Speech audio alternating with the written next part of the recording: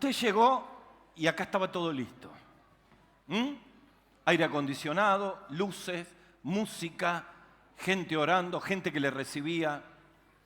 Muy temprano viene mucha gente a trabajar aquí, todas las semanas. Usted viene un día de semana y encuentra a veces las aulas todas llenas de gente haciendo discipulado, grupos pequeños. Y yo quiero en este mes primero de enero agradecer en nombre de Gardo, de Roque, mío, de toda la mesa pastoral, a todos los siervos de la iglesia que en forma silenciosa hacen la obra, a todos los que han trabajado en campamentos. Estamos en temporada de campamentos. 95 preadolescentes en, ¿cómo se llama la localidad? Gobernador Candioti. Ahí está, muy bien.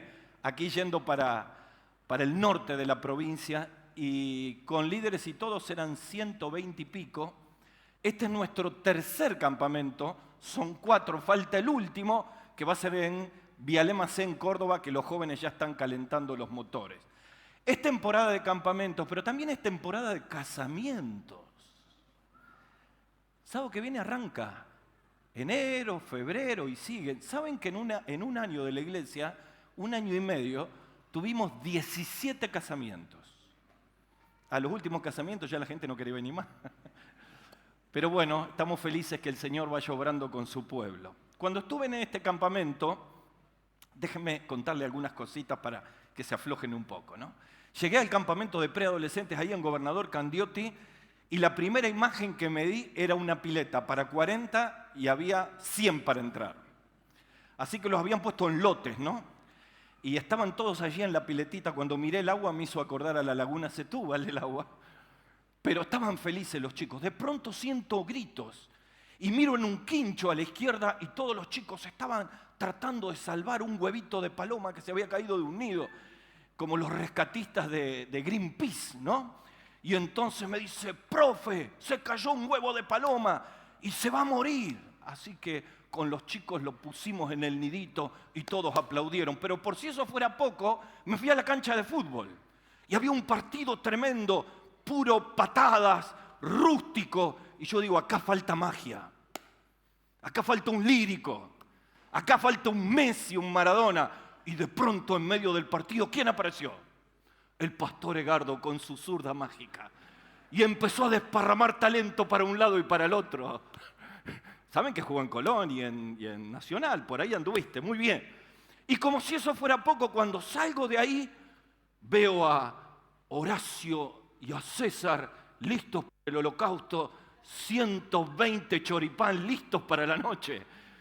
Y estaban preparando la noche gaucha, ¿no? Pero lo más importante había ocurrido a las 3 de la tarde, con casi 50 grados de sensación térmica. Allí los chicos escucharon de la palabra de Dios. Y nuestra oración fue que todos vuelvan de campamento con Jesús en su corazón. ¿Cuántos dicen amén a esto? Claro que sí. Y estamos deseosos, felices por todo esto. Y yo quisiera hoy traerles desafíos 2025. No el desafío para la iglesia, como que el pastor o uno de los pastores nos trae la visión que tenemos. Quiero traerles desafíos personales y bien concretos de lo que Dios me ha estado hablando en este tiempo en el Evangelio de Marcos. Yo les invito a que me acompañen en algunos versículos del Evangelio de San Marcos capítulo 9. Estoy desafiando a todos los que me preguntan y me dicen, pastor, no sé qué leer. Lee el Evangelio de Marcos. Un capítulo por día. Son 16 capítulos. Marcos es el Evangelio más corto. Juan tiene 21, Mateo tiene 28 y Marcos tiene 16. Pero notablemente en Marcos se relatan especialmente eventos y hechos del Señor Jesucristo. Milagros. Si vos vas recorriendo todos los capítulos del Evangelio de Marcos, vas a descubrir que Jesús tenía una vivencia con los discípulos y armaba un campamento. Dice la Biblia que en medio de la alimentación de los 5.000 y en medio de las multitudes, el Jesús tomaba a los discípulos, los llevaba a un lugar aparte, hacía un campamento con ellos y les enseñaba verdades. De hecho, Este capítulo 9 tiene 4 figuras, 4 fotografías. La primera está en el monte de la transfiguración. Lo primero que vas a ver en Marcos capítulo 9, la tradición dice que es el monte Tabor, la Biblia no lo dice, pero allí Jesús se transfiguró y mostró su gloria, y apareció Moisés y Elías, los patriarcas y el profeta de Israel, y allí había un grupo íntimo del Señor, Pedro, Jacobo y Juan, y los discípulos ven a Jesús en gloria y quedan impactados. Luego la imagen desaparece, solo ven a Jesús, y pasamos al segundo escenario. De la montaña bajan al valle, y ahí está el conflicto. ¿Sabe que en los campamentos pasa mucho eso, no? Uno está en el monte con el Señor y de pronto, como decía un adolescente en uno de los campamentos, Gustavo, no tengo ninguna buena razón para volver a mi casa. ¿Qué le parece, mi querido? 15 años y no tiene ninguna buena razón para volver a su casa. No quiero que termine el campamento. Yo creo que esta es una iglesia de gente rota. Pero gente rota que es sanada por Dios. Y si vos viniste así, quiero decirte que el Jesús que se manifiesta con gloria, se mete en el valle, en el conflicto. Marcos capítulo 9, un padre desesperado. Un chico sordo-mudo, epiléptico y endemoniado. Y cuando baja Jesús de la montaña con estos 3, los otros 9 estaban frustrados porque habían intentado sacarle el demonio y no pudieron. Notable. En Marcos capítulo 6, Jesús les dio autoridad para echar fuera demonios. Y ellos salieron y echaron fuera demonios. Y oraron y se sanaron personas. Pero acá no pudieron. ¿Le habrá dado el Señor solamente autoridad para ese momento? ¿Le faltó fe? Jesús les dijo, este género, este tipo de demonio no sale si no es con oración y ayuno. La mayoría de los manuscritos en oración. Y Jesús se enfrenta y libera a una persona poseída por un demonio. Y te corres un poquito más y Jesús sale de allí y se va para Capernaum, y en el camino los discípulos empiezan a discutir quién había de ser el mayor. ¿Quién iba a tener un lugar de privilegio en el reino? Y como Jesús sabía todas las cosas, porque era Dios, llega y le dice, ¿qué están discutiendo entre ustedes? Y le daba vergüenza a los discípulos, no se animaban qué decir. Entonces Jesús, práctico, armó un campamento, un seminario de líderes. Toma un niño, lo pone en el medio y le dice, el que no se vuelve como un niño no puede entrar en el reino del cielo. Y si no son como un niño y no aprenden la humildad, todo lo que ustedes discutieron de poder y de lugar de jerarquía no funciona en el reino del Señor.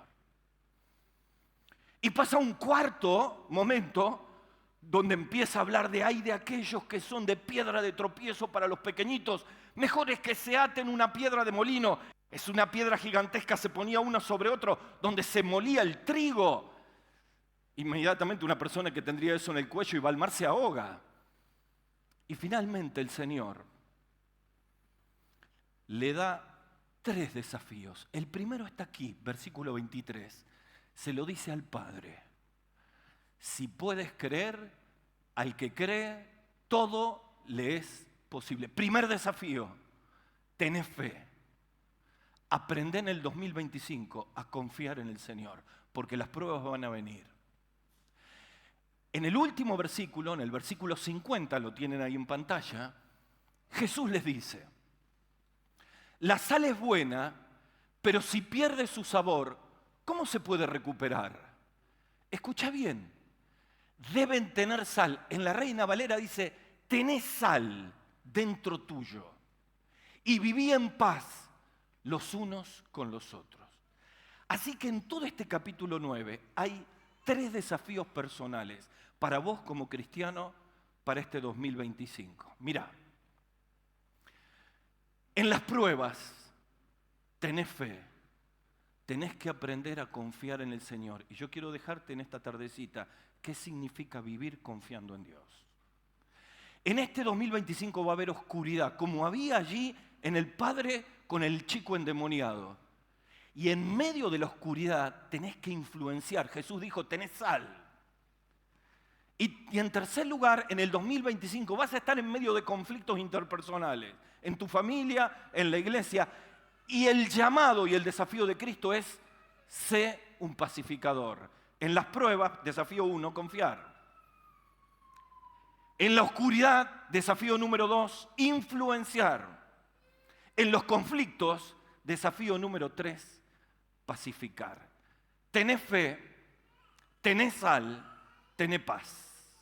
Directamente de Jesús. Y como me lo habló a mi vida, yo te lo quiero compartir en esta tarde. Mira el primero. Jesús le dijo: confiar. Si puedes creer, al que cree, todo le es posible. ¿Qué marco tenemos aquí? Bueno, aquí tenés una situación de prueba familiar. ¿Cuál era la prueba? Les he explicado: un padre desesperado y un chico endemoniado. Los que vinieron el domingo pasado escucharon la descripción de Richie acerca de un leproso y la zona de infección. ¿Se acuerdan? Bueno, la Biblia habla muchísimo de personas endemoniadas. ¿Qué es una persona endemoniada? Es una persona, en este caso era un muchacho que desde niño le pasaba, que por alguna razón que desconocemos, porque el relato bíblico no lo dice, abrieron una puerta a la oscuridad. En el campamento les preguntaba a los chicos: ¿cuántos conocen los altares del Gauchito Gil o de San La Muerte? ¿Cuántos de los que estamos aquí fuimos a una sesión de espiritismo? ¿Cuándo, cuando un chico estaba enfermo, vino alguien de la familia y te dijo: mirá, yo conozco una curandera? Yo quiero decirte algo: el mundo espiritual oscuro existe. Cuando Satanás fue echado de la presencia del Señor, Isaías capítulo 14, Ezequiel capítulo 28. Dice la Biblia en Apocalipsis 12:4 que arrastró con su cola la tercera parte de las estrellas del cielo. En Job capítulo 38 habla de los ángeles como las estrellas del cielo. Por lo tanto, en toda la enseñanza bíblica, cuando Satanás fue expulsado, arrastró un número incontable de demonios que están desparramados por todo el planeta Tierra, con la sentencia final ya dictada. Dice Juan en Apocalipsis que el lago de fuego y azufre está reservado para Satanás y sus ángeles. Y mientras el tiempo se acorta, mientras el reloj de Dios va corriendo y no tienen alternativa, están para obstruir, para oponerse.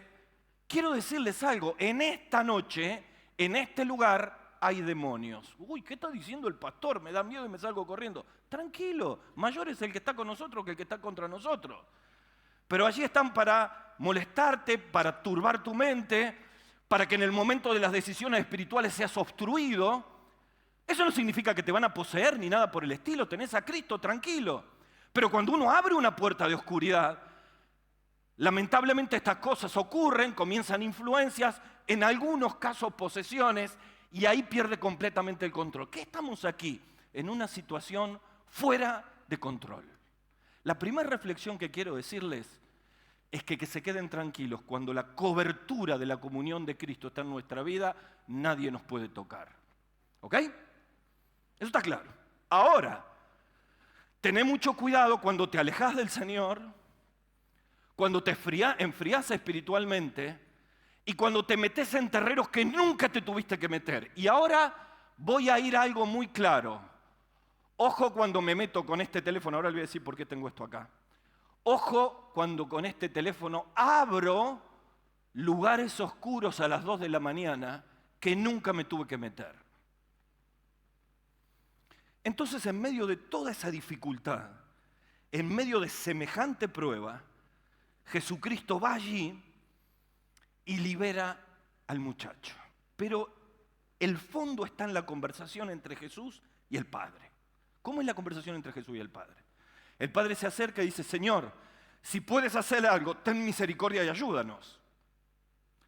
Y Jesús le responde: si puedes creer, al que cree, todo es posible. Y el Padre le responde: Señor, los discípulos no pudieron, lo único que tengo a lo largo de mi vida es frustración, tengo una prueba terrible en la familia. Señor, ayuda mi poca fe, ayuda mi incredulidad. Y Jesús, ¿qué le dice? Tenés que confiar. Si podés creer, aunque tu fe sea débil, esa fe va a alcanzar para destrabar esta prueba. A mí me encantaría decirles que en el año 2025 no vamos a tener pruebas, pero eso no es verdad. Las pruebas son parte de la vida del ser humano. Hemos tenido un 2024 con tratamientos, con conflictos, con pérdidas, con partidas. Todo esto es parte de la vivencia del ser humano. Por eso Pedro, cuando escribe en su carta, él dice en 1 Pedro capítulo 1, versículo 7, para que sometida a prueba vuestra fe, mucho más preciosa que el oro, el cual, aunque perecedero, se prueba con fuego, sea hallada en alabanza, gloria y honra cuando sea manifestado Jesucristo. Observen la relación entre la prueba y la fe. En la Nueva Traducción Viviente, este versículo aclara un poco más y dice así: estas pruebas de la vida demostrarán que su fe es auténtica. De nuevo, las pruebas de la vida demuestran que nuestra fe es auténtica. Está siendo probada de la misma manera que el fuego prueba y purifica el oro. Y aunque la fe de ustedes es mucho más preciosa que el mismo oro, entonces su fe, escuchen, al permanecer firme en tantas pruebas, les traerá mucha alabanza y gloria y honra para el día en que Jesucristo sea manifestado. Miren, necesitamos entender que en el 2025, frente a las pruebas, tenemos que aprender a confiar en Dios. Ahora sí, ¿qué tengo aquí? ¿Qué es esto? $1. ¿Cuánto vale $1? 1.235 pesos. ¿Qué compramos con 1.200? ¿Compramos un alfajor? ¿Qué compramos con 1.235 pesos? Un alfajor, un tatín, un triple difícil, ¿no? Ese no alcanza. Bueno, ¿saben qué dice ahí en inglés, en la parte detrás del dólar? In God we trust. ¿Qué quiere decir en español? En Dios confiamos. Ahora, ¿sabe dónde está? En $1. El dólar ha sido el refugio de los argentinos por décadas para buscar seguridad, para buscar confianza. El dólar ha sido el refugio del mundo porque los países que tienen dólares están seguros. Como la Argentina nunca tiene dólares, siempre corremos con la inflación. Ahora, ¿qué contradicción? En Dios confiamos, pero está en un billete de $1. Y los discípulos se asombraron de sus palabras. Pero Jesús respondiendo volvió a decir, esto está en el capítulo que sigue de Marcos: hijos, cuán difícil es entrar en el reino de Dios para quienes confían en riquezas. En el billete de $1 dice, en Dios confiamos, pero en realidad la gente no confía en eso, confía en el dólar. Esas palabras de Marcos 10, el capítulo que sigue, Jesús las dice después del encuentro de Jesús con el joven rico, a quien le dice, vende todo lo que tiene. Jesús no necesitaba el dinero del joven rico. ¿Qué quería decirle Jesús? Que tenía que cambiar el eje de su confianza. Tenía que cambiar el eje de su fe. Tenía que tumbar el ídolo que le daba confianza y seguridad y tenía que ponerlo en Dios. Y él decide no hacerlo porque toda su fe estaba puesta en sus posesiones. En Dios confiamos. ¿En qué confiamos cuando las pruebas llegan a la vida? ¿Dónde se pone nuestra fe? Pedro dice que cuando es probada nuestra fe es más preciosa que el oro que es refinado con el fuego. Pruebas y fe. ¿Dónde ponemos la confianza? Y el primer desafío que tenemos como iglesia es que con las pruebas que van a venir, que nadie quiere, porque nadie quiere las pruebas, pero las pruebas van a venir porque son parte de la existencia humana. Allí tenemos que entender que es la gran oportunidad de aprender a confiar en Dios. ¿Qué es confiar en Dios? Bueno, confiar en Dios es lo que le decía el Señor al Padre. Si puedes creer, al que cree todo lo es posible. Señor, tengo un poquito de fe, pero si tú me ayudas, yo voy a aprender a crecer en fe. Uno de los desafíos más grandes que tenemos es aprender a crecer en fe en este 2025. Mire eso. La fe no se almacena como el dinero en un banco. El desafío de crecer en fe es un proceso de constante renovación de nuestra confianza en Jesús. ¿Cuándo la fe nace en nuestro corazón? Cuando Dios toca nuestra vida, porque si el Espíritu Santo no toca a una persona, no tiene ninguna posibilidad de creer por sí mismo. Es el Espíritu el que les toca. En ese momento aparece la fe pequeña, como la del grano de mostaza, la fe de este papá, y yo recibo a Cristo como Salvador. Dice Pablo a los Efesios, por gracia somos salvos por medio de la fe. Es el nacimiento de la fe. Pero después empieza la etapa 2, que es el desarrollo de la fe, aprender a confiar en Dios. Y ese es el desafío para este año. ¿Y cómo aprendemos a confiar en Dios y no en un dólar? ¿Cómo aprendemos a confiar en Dios y no en las personas que tenemos al lado? ¿Cómo aprendemos a confiar en Dios y no en la suerte, en la buena dicha? Bueno, aprender a confiar en Dios es una experiencia diaria de intimidad con Dios. Es el hombre, la mujer, el muchacho que abre su Biblia a la mañana, apaga su celular, se pone en la presencia de Dios, ora, recibe la palabra de Dios, la subraya, la memoriza, aparece una promesa para ese día, toma la promesa para ese día y recorre ese día y crece en fe. Y vuelve a tener su relación con Dios y lo conoce más profundamente al Señor. Y ya no es el Dios de mis padres, el Dios de mis abuelos, ahora ese es mi Dios. Y comienzo a crecer en mi relación con Dios y viene una prueba. Y nos ponemos de rodillas como familia y le pedimos a Dios que nos ayude. Y la prueba es difícil y el conflicto es dificultoso. Pero Dios nos contesta y tenemos vivencias espirituales y la fe se alimenta y vamos creciendo en fe.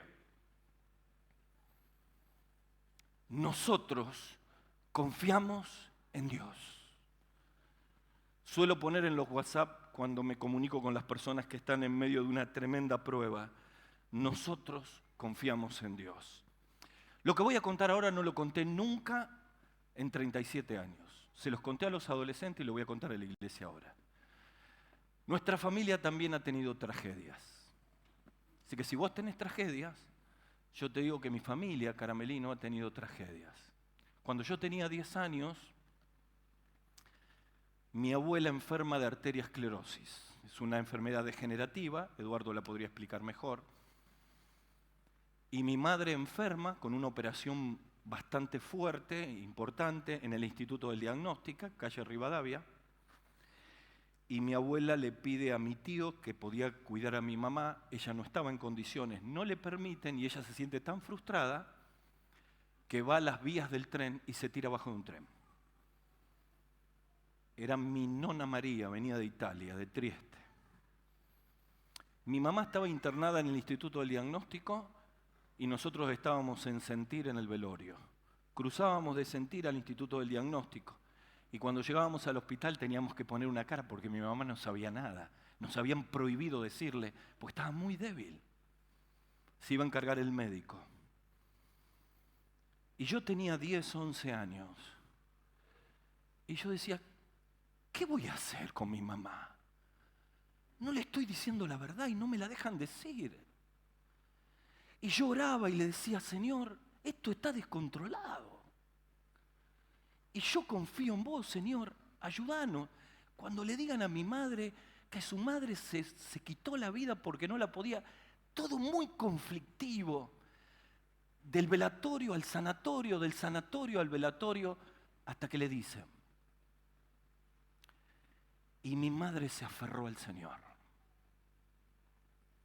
Mi madre Lidia fue una mujer de fe, que nos enseñó a crecer en fe, que nos enseñó a ponernos de rodillas en casa, que nos enseñó que el Dios que ella tenía era un Dios grande y aprendimos a confiar en Dios. Por eso en esta nochecita, déjame decirte, la fe es un proceso de todos los días con Dios. ¿Estás en una tremenda prueba? ¿Estás pasando un conflicto familiar terrible? ¿Estás pensando que nunca vas a salir? El 2025 va a tener pruebas, pero tranquilo, tu confianza en Dios te va a hacer crecer fe. Primera verdad, ten fe. Segundo desafío, mira allí. El segundo desafío es influenciar. Primero Jesús le dice al Padre, ten fe. Ahora nos dice a nosotros, tengan sal. Qué raro, ¿no? ¿Cómo se explica esto, Gustavo? Mira, dice Jesús, buena es la sal, pero si pierde su sabor, ¿cómo se puede recuperar? Tengan sal dentro de ustedes mismos. En la cultura popular, cuando una persona es salada, ¿qué significa? Yo soy un salado. ¿Qué quiere decir? Desastre, todo me va mal, no pego una. El día que llueve algo no tengo con qué agarrarlo. Bueno, la frase es popular. Ahora, notablemente, lo que Jesús enseña es todo lo contrario. Tenés que tener sal en tu vida. ¿Y por qué está hablando de tener sal? Siempre en la Biblia la sal es símbolo de algo que preserva en la oscuridad. Algo que influencia en medio de un lugar oscuro. La iglesia de Jesucristo es eso. El mismo Señor Jesucristo en el Sermón del Monte dijo claramente, ustedes son la sal de la tierra, pero si la sal se desvanece, es tirada al costado del camino como resaca de camino. Ustedes son la luz del mundo. Fíjate lo que dice la palabra aquí. Todo es un desafío de influenciar. De la misma manera, dejen que sus buenas acciones brillen a la vista de todos, para que alaben a su Padre Celestial. En la oscuridad, influenciar. ¿Qué es esto de tener sal adentro? La primera, crezcamos en fe. La segunda, seamos de influencia. Cuando aquí el Señor le está diciendo a los discípulos que tengan sal, le está diciendo, si ustedes quieren ser de influencia en su familia, si ustedes como iglesia de Cristo quieren alcanzar con el Evangelio a tu papá, a tu mamá, a tu hermano, a tu pariente, a tu compañero de trabajo que no tiene a Cristo, si vos no tenés sal que preserve el pecado, si vos no tenés una vida diferente, si tu vida no muestra que la luz de Jesús está en tu interior, no vas a poder influenciar porque la gente te va a decir, muy lindo tu mensaje, pero tu vida, mi vida, habla más fuerte que las palabras. ¿Qué es tener sal? Bueno, en primer lugar, te voy a decir 3 P cortitas. La primera, el concepto de la sal tiene que ver con un pacto de fidelidad que yo hago con Dios. Saben que en los sacrificios del Antiguo Testamento, cuando el pueblo de Israel ofrecía un sacrificio, tenía que haber sal. Dice Levítico capítulo 2, versículo 13, y sazonarás con sal toda ofrenda que presentes, y no harás que jamás falte de tu ofrenda la sal, escucha, de tu pacto con Dios. No vamos a tener sal en la vida, no vamos a tener una vida de influencia si no hacemos un pacto de fidelidad con el Señor para seguirle, para seguir a Cristo y para no alejarnos del Señor. Para preservar nuestra vida espiritual necesitamos todos los días seguir a Cristo. Yo no sé cuántos de los que estamos aquí venimos a la iglesia, estamos en las reuniones, pero no estamos siguiendo a Cristo. Gustavo, ¿qué está diciendo? Claro. Estamos en la comunidad, disfrutamos de los beneficios de la palabra que escuchamos, pero no estamos siguiendo a Cristo. Porque por malas decisiones, por malos amigos, por malas influencias o por el mundo oscuro que nos rodea, hemos roto nuestro pacto de fidelidad de seguir a Cristo y estamos siguiendo otras cosas. Y se nos va la vida. Y pasan años y décadas y no le compartimos el Evangelio a nadie y no hacemos un nuevo discípulo. Necesitamos recuperar el pacto con el Señor. Y esto es un mensaje para todos los que estamos lejos de Cristo. El 2025 tiene que ser una vida tuya que tenga sal, sabor, preservar en medio de una oscuridad que nos rodea, de un gobierno que está oscuro, de una nación que está oscura, de una provincia que está oscura. La iglesia tiene que iluminar. La iglesia de Jesucristo no puede estar oscura. No es importante lo que hacemos acá adentro, es importante cuando nos vamos. La sal tiene que ver con pacto. Segunda P, la sal tiene que ver con pureza. En Mateo el Señor dice, ustedes son la sal de la tierra. Notablemente, esto que dice Jesús, tengan sal, viene en todo un paquete de 10 versículos, 7, 8 versículos, donde Jesús dice una frase difícil de entender. Escucha. Si tu ojo te es ocasión de caer, córtalo. Si tu mano te es ocasión de caer, córtala. Si tu pie te es ocasión de caer, córtala. ¿Qué está diciendo Jesús? ¿Que tenemos que andar mutilados por el mundo? No. Esto se llama en la Biblia hipérbole. ¿Qué es una hipérbole? Es una figura del idioma, una exageración en la cual te está queriendo decir todo lo que te está llevando al pecado y a una vida de oscuridad, córtala.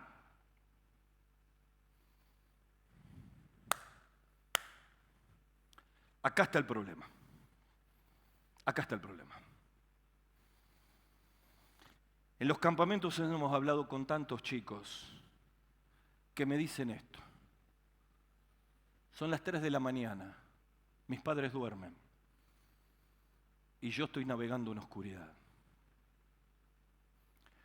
Padres de hijos chiquitos que están hoy en la iglesia. Les voy a hablar como un abuelo. Ustedes no pueden darle el celular sin controlar lo que mira. ¿Usted sabe qué fácil es entrar en la pornografía? Yo sé que digo esto y acá hay personas que están atadas por la pornografía. ¿Sabe que un niño de 7, 8 años puede estar y de pronto un clic lo mete en un mundo que 7 años después está en la peor de todas las oscuridades? ¿Sabe que le aparece un clic y entra en YouTube y de pronto en YouTube aparece la imagen más obscena? Y mientras el chico y la nena está con una pantalla, nosotros estamos con la otra pantalla y no sabemos en el mundo oscuridad que se está poniendo. ¿Usted dejaría entrar una mujer prostituta a su casa para que sea una tentación para su hijo? ¿Usted dejaría entrar un violador a su casa en forma presencial? Y lo está dejando entrar por este aparatito. Así que si yo parafraseo lo que Jesús está diciendo en esto de tener sal y tener pureza, lo vamos a ayornar al 2025. Si Instagram te es ocasión de caer, córtalo. Si TikTok te es ocasión de caer, córtalo. Si tus contactos de WhatsApp, tus grupos de WhatsApp, te son ocasión de caer, córtalo. ¿Cómo puede un hombre de 35 o 40 años tener un tiempo de pantalla de más de 12 horas? En los campamentos hablamos mucho de esto. La frustración del tiempo de pantalla. 11 horas de pantalla. Le pregunté a los chicos, ¿cuánto tiempo de pantalla pasan? Una me dijo 20 horas. Le digo, pues bueno, ¿dormís? No, aquí a las 4 de la mañana estoy conectada. ¿Y tus papás saben? A mi papá no le importa mi vida. Satanás nos ha robado los mejores momentos de la vida con este aparato. Nos ha robado los mejores momentos de pareja, con nuestra pareja, con nuestra esposa, con nuestro esposo. Y perdemos la vida en este aparato. Satanás nos ha robado los momentos con los chicos, de jugar a las cosas sencillas de la vida. Y como se ponen pesados, le damos una pantalla para nuestra propia comodidad. Pero esto hay que terminarlo. Porque nosotros necesitamos tener sal. Ahora explícame, ¿cuánta sal tenemos adentro? ¿Qué es lo que tenés que cortar en tu vida que te esclavizó en el 2024 y no podés perder un año más? No podés perder un año más. Esta es una noche para entender que la palabra de Cristo es, tenés que ser influencia y para eso se tienen que romper todas las ataduras que a través de este aparato o a través de situaciones físicas están arruinando tu vida y la vida de tus hijos. Padres que están aquí, nosotros somos responsables de la vida de los chicos. Los hijos no son nuestros, son de Dios, han sido puestos como una administración. Entonces yo voy a un campamento y voy a los campamentos y escucho el final de la historia que empezó hace 7 años atrás. Y yo me pregunto, ¿dónde están los padres? No tenemos padres. Nadie le importa de nuestra vida. ¿Sabe quiénes son los padres de esos chicos? Los líderes del grupo. Ahora, esas personas y nosotros necesitamos tomar decisiones para tener sal, para influenciar a quien tenés al lado. Porque cuando esta vida pase, querido mío, porque esta vida va a pasar, y vayamos a la presencia de Cristo, Él nos va a preguntar, ¿qué hemos hecho con la sal del corazón? La sal tiene que ver con pacto con Dios, con fidelidad. La sal tiene que ver con pureza, pero la sal tiene que ver también con poder. Así alumbre vuestra luz delante de los hombres, para que viendo tus obras glorifiquen al Padre. ¿Qué es esto? La influencia de la iglesia. Es la iglesia que se mete con chicos que están abandonados por sus padres y les comparte el evangelio y en medio de la oscuridad aparece la luz de Cristo. Es la iglesia que se mete en el corazón de los que sufren, de los que son marginados, de la otra multitud, no la multitud que todo el mundo va, la otra multitud que todo el mundo esquiva y que decide ser influencia de Jesucristo. Por eso Cristo te desafía y me desafía. Tenés que tener sal en tu vida. Y para eso tenés que buscar a Cristo, tenés que volver al Señor. Y tenés que cortar con todo aquello que te está dejando fuera de los planes de Dios. Y vos sabés, porque el Espíritu te lo está diciendo, lo que tenés que cortar hoy. Primer desafío que hemos visto aquí, allí los tenemos. Los quiero repasar en forma visible. Ahí está. Aprender a confiar en Dios en las pruebas.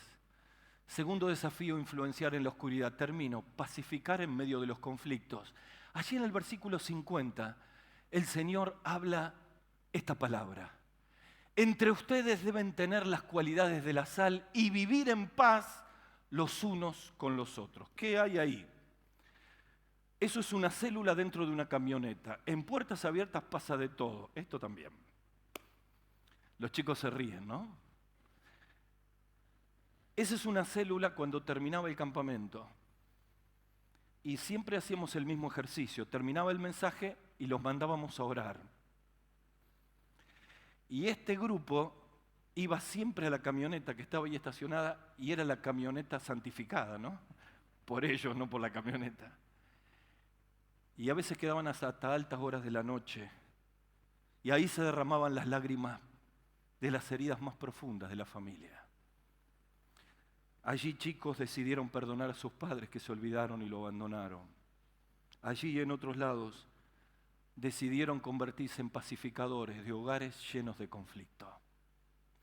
¿Saben que allí en Romanos capítulo 12 el apóstol dice, no paguen a nadie mal por mal, no critiques al que te critica, no respondas en las redes sociales al que te pone cosas agresivas, no te llenes de odio y resentimiento con el que te falló, no paguen a nadie mal por mal, procuren hacer lo bueno delante de todos. Y aquí viene la frase, si es posible, en cuanto dependa de ustedes, sean pacificadores, vivan en paz con todos. Tercer desafío, vamos a tener conflictos en el 2025. Escuchen bien, vamos a tener conflictos con compañeros de trabajo que nos complican en el trabajo. Vamos a tener conflictos con supervisores que nos complican en el trabajo. Vamos a tener conflictos con empleados que nos complican en el trabajo. Vamos a tener conflicto con la familia, con personas que quisieran que estén bien y están mal con nosotros. Vamos a tener conflictos en medio de discusiones. ¿Y cuál es el desafío de Jesús para este 2025? Sé un pacificador. Iglesia de Jesucristo. Los cristianos no tenemos que ser parte del problema. Los cristianos tenemos que ser parte de la solución. Y la solución es Cristo. ¿A quién tenés que perdonar en tu familia y no perdonaste en el 2024 y lo trasladaste al 2025? ¿A quién que es un problema que te quita el sueño y que es conflicto necesitas soltar para estar libre? Y cuando el conflicto aparece, ser un pacificador. Yo le digo a todos los siervos de la iglesia, nosotros somos llamados a estar en paz con todos en lo que dependa de nosotros. Y tal vez que tengamos que tomar una decisión. ¿Hay alguien que te defraudó? ¿Hay alguien que te traicionó? ¿Sabes lo que te dice la Biblia? Sé un pacificador. Y eso significa en algunos casos perdonar con el perdón de Cristo. Restaurar con el perdón de Cristo. 3 desafíos. Tener fe. Aprende a confiar en Dios. En medio de las pruebas, el Señor va a estar con vos. Y Él te va a ayudar. Segundo desafío. Tenés sal. Influencia para que Cristo pueda estar en la vida de los que te rodean. Deja que la sal de Cristo libere toda la oscuridad que Satanás y el enemigo ha trabado en nuestra vida. Y viví en plenitud con Cristo. Y si esta es una noche donde te sentías abrumado por esto, quiero decirte que la sangre de Cristo limpia de todo pecado. Que el Cristo de la cruz se acercó a todas las personas que estaban quebradas y con gracia restauró a todos. Siempre hay una nueva oportunidad. Yo creo en el Cristo de la gracia, del perdón, de la restauración, pero también en el Cristo de la integridad que nos pide a cada uno de nosotros. Pero también sé un pacificador en medio de los conflictos familiares. Quiero terminar con esta palabra de los desafíos de Marcos capítulo 10. Jesús miró fijamente y le dijo, humanamente hablando es imposible, pero no para Dios. Este es uno de los tantos versículos de la Biblia donde dice, nada es imposible para Dios. ¿Qué cantamos hoy temprano? Dios de lo imposible. Ese es el Dios que está aquí en esta noche. Ese es el Dios que nos conoce, aunque habramos hecho una coraza para que los demás no vean la realidad. Ese es el Dios que puede hacer lo que hasta los últimos años ha sido un imposible. ¿Cuál es tu imposible en este 2025? Tenés que confiar en el Señor y crecer en fe. Tenés que ponerte en sus manos para que te llene de la sal de su presencia y seas un influenciador. De esto se tratan los desafíos de la vida cristiana. Tenés que ser un pacificador y soltar todos los resentimientos de la vida. Gustavo, no puedo, es muy difícil. Claro, humanamente es imposible. Marcos 10:27. Pero con Dios todo es posible. Así que vamos a tener un momento con el Señor ahora. Y terminamos la reunión. Luego vamos a presentarle los primeros que se van a casar este año. Pero quizá el primer milagro tiene que ocurrir en tu corazón en esta noche, ahora, vos con el Señor. Inclina tu cabeza. Estamos en la presencia del Señor.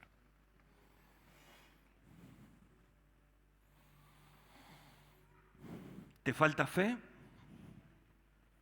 ¿Te falta sal? ¿Te falta paz?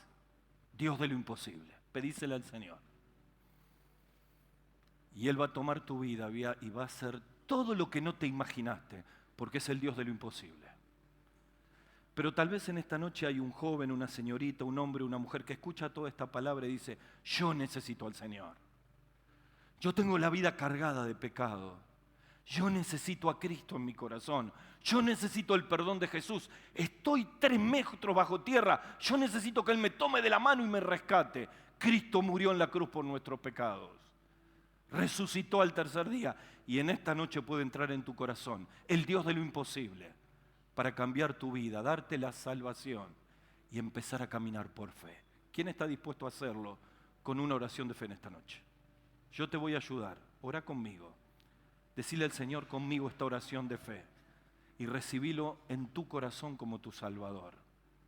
Decile así, Señor Jesús, ora conmigo, Señor Jesús, en esta noche reconozco que he pecado. Señor, necesito libertad y necesito perdón. Por eso confieso mis pecados en esta noche. Y pongo mi fe en ti. Decile así, Señor, pongo mi fe en ti. Te lo pido en el nombre del Señor Jesús. Amén. Todos orando, todos la cabeza inclinada. ¿Quién ha orado conmigo? Le voy a pedir una señal de fe. Levanta tu mano y volvela a bajar. ¿Quién lo ha hecho? Dios te bendiga allí atrás. Dios te bendiga aquí adelante. Dios te bendiga, querida. Allí atrás también. ¿Quién más? Levanta tu mano para que te pueda ver. Allí al fondo, Dios te bendiga. Hijo, Dios te bendiga. ¿Quién más? Son los momentos donde allí, querida, Dios te bendiga. Gracias a Dios. ¿Quién más? Dios te bendiga allá atrás, hijo. El Señor te bendiga. Gracias a Dios. ¿Quién más? Muy bien. Allí, señora, el Señor le bendiga a usted también. Aquí atrás. Mira, son los momentos donde el Dios de lo imposible entra en nuestra vida para cambiarnos. Se van a acercar consejeros a todos los que oraron. Si no se acerca un consejero, decile al que tenés al lado, yo oré, y te va a acercar allí atrás para que puedan orar por vos. Le voy a pedir al pastor Roque que pueda venir acá.